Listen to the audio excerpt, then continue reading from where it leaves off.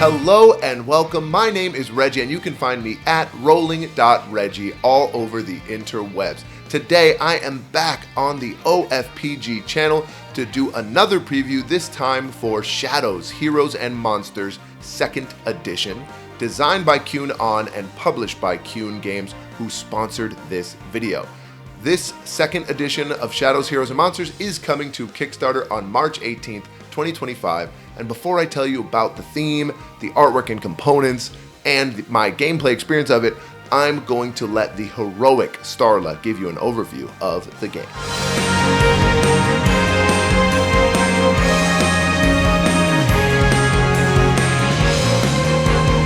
Deep within the treacherous depths of the Cave of Ederoth lurk the nastiest, most terrifying monsters and dragons to scorch the pages of legend. But where there's peril, there's plunder, and the coveted Shadow Stones, rumored to contain limitless power. Naturally, every kingdom with a taste for adventure has sent its finest champions to stake their claim. Only one will leave with the spoils. Shadows, Heroes and Monsters is a fast-paced, competitive collectible card game for 2 to 3 players set in a chaotic fantasy world where a mysterious portal smashes together warriors, wizards, weapons, and wonders from across time and space.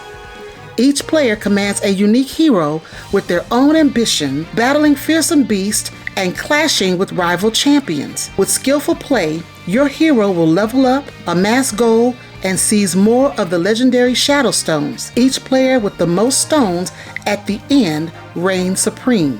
This 2nd edition is a complete standalone experience. Play it on its own or mix and match with the 1st edition for even more high stakes, high fantasy mayhem.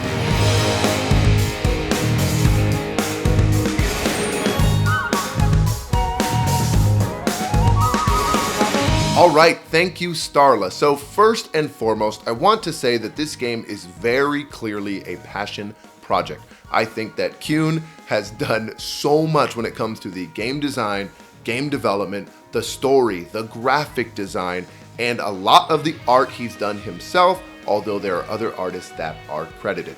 And so I think that comes through when you play this or when you see this on the webpage. I think it is very obvious that this is something that he's put a lot of care into.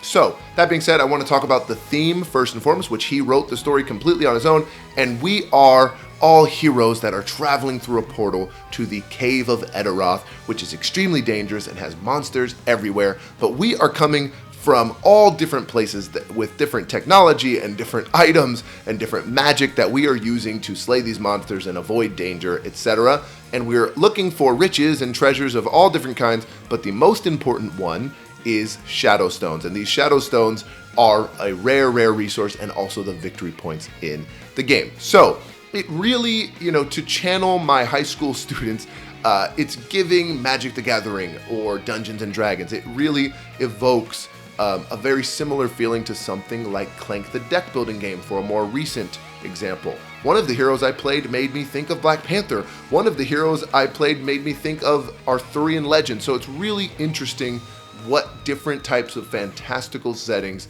this game does evoke, and I think it's intentionally doing that. It is very much a fantasy world, and it comes through strongly in the card art and also in the names of cards and in the items. Speaking of the art, I want to talk about the components and the artwork, and I do need to preface this by saying what you're seeing in front of me, what you're seeing in the footage, is all a prototype. It is not the 1st edition, it is not the 2nd edition, it is a little bit of a middle ground here.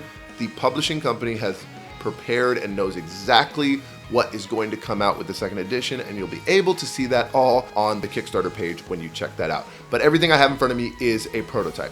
That being said, the art is very unique and very well done in terms of fantasy setting. Like I said, if this is something that you like, then you might want to check this one out. It's got a lot of high quality cards like a TCG, and so you do get a feeling of opening boosters and picking your hero deck and switching out the cards when you play. And so there's even holographic cards. He has called this a hybrid collectible card game, somewhere in between TCG and board game for sure.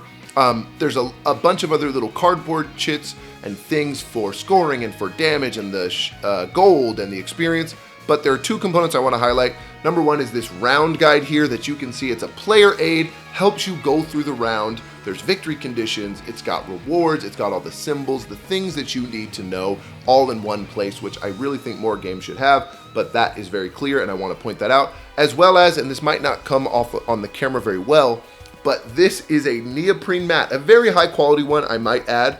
That really feels like a TCG, and it's got everything on there, and I don't know what levels you'll have to back to get the neoprene versus like a cardboard mat, or if that comes standard, but you can check that out in the link in the description below. But I was very impressed by these neoprene mats for sure. Alright, so I want to talk about my gameplay experience with this game, and I have played it primarily at 2, and the biggest aspect that jumps out at me and that has been advertised from this game since it came out in 2023 originally, is that it is a PvPvE game. Now this is a term you might not be aware of, but it stands for player versus environment. And I know this from the video game world. I think it comes from video games first and foremost. One of my favorite games is called Hunt Showdown, and it has this where you're fighting other players and you're also fighting the environment or these creatures that are in the bayou in that game. In Shadows, Heroes, and Monsters, you are playing against the other players in the form of their own hero decks. They're trying to also defeat these monsters before you defeat them, because the player who defeats the monster is going to get a major reward. So it is PvP in that you're playing against other players, and PvPvE in that we're also trying to fight against the monster. So it is a fairly unique system in the gameplay, and I do want to point that out. You're going to get some innovative, fresh mechanics in here. At the same time, there's some familiar stuff if you've played any of the popular cooperative card games here, in that the phases are very clear and they're going to be your play cards in certain areas on your board, and all of that is straightforward to someone who's played a TCG or a cooperative card game. So, how does it begin? And I won't go through every single detail, but the leader phase happens, and the leader is the first player, and that is going to rotate over time. They're going to give everyone a reward, and then they're going to decide which monster card to give everyone as well. Then we go on to this planning phase, and I think this is also fairly unique in that you get to look through your entire deck and pick your hand for the round. In the first round, I think it's only 3 cards, and each time a monster is defeated, the hand size goes up, and you may actually have more cards in your deck, but unlike most games that I've played, you're not just drawing cards from the top of the deck. You're going to be searching through your deck, picking the cards you want to play for this round. And so that is the setup phase. And then right after that is combat. And combat is split up into 6 initiative phases here. And again, I know it sounds complicated, but it really goes through in a nice, smooth way. How the 6 phases work is that 1 and 2 are player phases. We're going to play some cards that have 1 or 2 on them. There's a lot of different skill cards in the game, and every single one has an initiative in the top left. It's going to tell you what the initiative of that card is. So if you play the 1 and 2s, you're going to play those first. Leader starts, and then every other player. In phase 3, that's when the monster is going to take its action based on a deck, based on the cards that are in front of people. So if you want to do anything to other players or to the monster before it takes its action, you need to play the 1 or 2 cards. Then after that, there's 4, 5, and 6. So then there can be even more actions after that. Again, it's very reminiscent to a trading card game that might have a main phase, a combat phase, and a main phase 2, but it's just split up into 6. After that, you're going to collect all of the experience and gold that are on the cards that you've earned this round, and then you can either buy a card with experience or buy items with gold. These items are going to be very crucial. Sometimes they give you a one-time bonus, sometimes they give you really powerful bonuses, and there are restricted items that are really strong. You can only have one of those, but they're going to lay out next to your hero and increase their base stats. And these stats are really, really crucial because every single skill card has a stat requirement in the top right. So it's strength and tech or magic, and also there's just base health. So you need to meet that requirement to even play any of these cards down. And as you build your character up, you're going to be able to play those cards more and more. So when you buy these cards, you might not even be able to play them the very next round, but then you purchase an item to make yourself stronger so you can play that in the future. After that, there's a cleanup phase. You're going to reveal a new monster if it's been defeated, and you're going to check for endgame. Endgame is just someone getting 9 Shadow Stones, or if we've defeated all 3 monsters, doesn't matter who's done it, we sue who has the most Shadow Stones and end the game. So overall, you're going to be following through this round order over and over until someone has 9 Shadow Stones, and those cards can be really, really unique and crucial. You're going to be attacking the monster, attacking other players. You're going to be casting spells. You might be putting attachments or allies on your board to make yourself a little bit stronger. And there's also another mechanic called predicting that I think is also very unique, where it's usually a 1 or 2 initiative card, and you're going to predict if your opponent has a certain number in their hand. So you could predict that they have a 4 initiative in their hand. And if they do, they have to tell you yes or no if they have it, and you get a reward. I think this was put in the game to prevent people from just spamming the same card over and over again, because then I'll just keep predicting what you have in your hand and get a bunch of rewards. I think that's really interesting and something that I've not seen in games before. And you pick up on the different numbers of cards, and there are some similar cards in everyone's deck.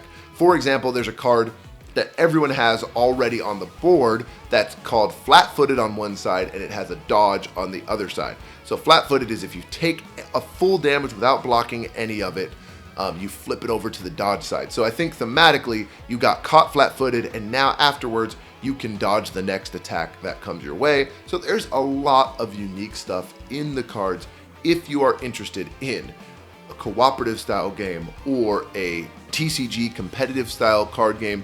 This is going to feel very similar and fresh at the same time. So overall, there's a lot of strategy in the cards you're choosing, in the cards you choose to play, the cards you choose to put into your deck, whether you should be attacking opponents or attacking the monster. For example, my hero's name was Akintunde, and he had an ability to he got huge rewards for defeating monsters. So I was really incentivized to not attack the other player and really go for the monster with my base cards. And I kept looking for cards that had a lot of tech and magic to kind of counterbalance all the strength that my character already started with. So again, there's a lot of different strategies. You can try out many different decks and many different cards that I'm showing you here as well.